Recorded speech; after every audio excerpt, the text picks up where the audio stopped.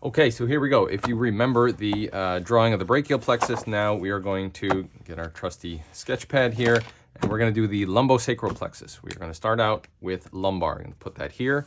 Sacral is going to be here. And very simple, we just number it. Good. And starting out at L1, it breaks up into two different nerves. Iliogastric and ilioinguinal. L2 and L3 have branches that combine to become the genitofemoral branch. That actually ends up breaking into two nerves as well, the genital and the femoral branch, but I'm going to just keep the lettering easy. And as you can see right here, things look fairly symmetric, right? One root level breaking up into two nerves, two root levels also forming two nerves. This one's going to be the lateral femoral cutaneous. If you want, we can add this in to make it easier to follow, but we have IIGL. Continuing on with our color scheme here.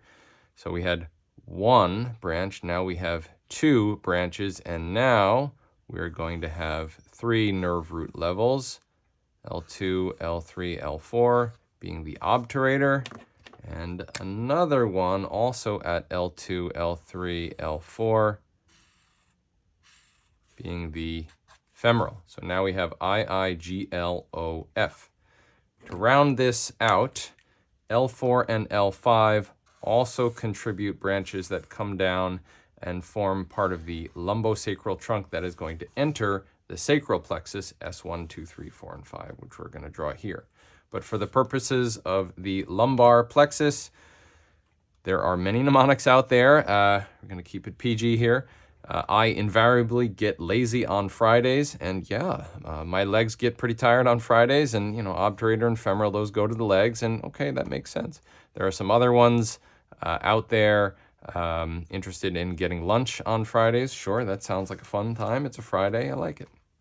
By the way, this is not exactly purely the lumbar plexus. If you really want to get technical, there is a small contribution from T12 that goes to iliogastric and ilioinguinal. So it's not purely the lumbar plexus, but that's part one.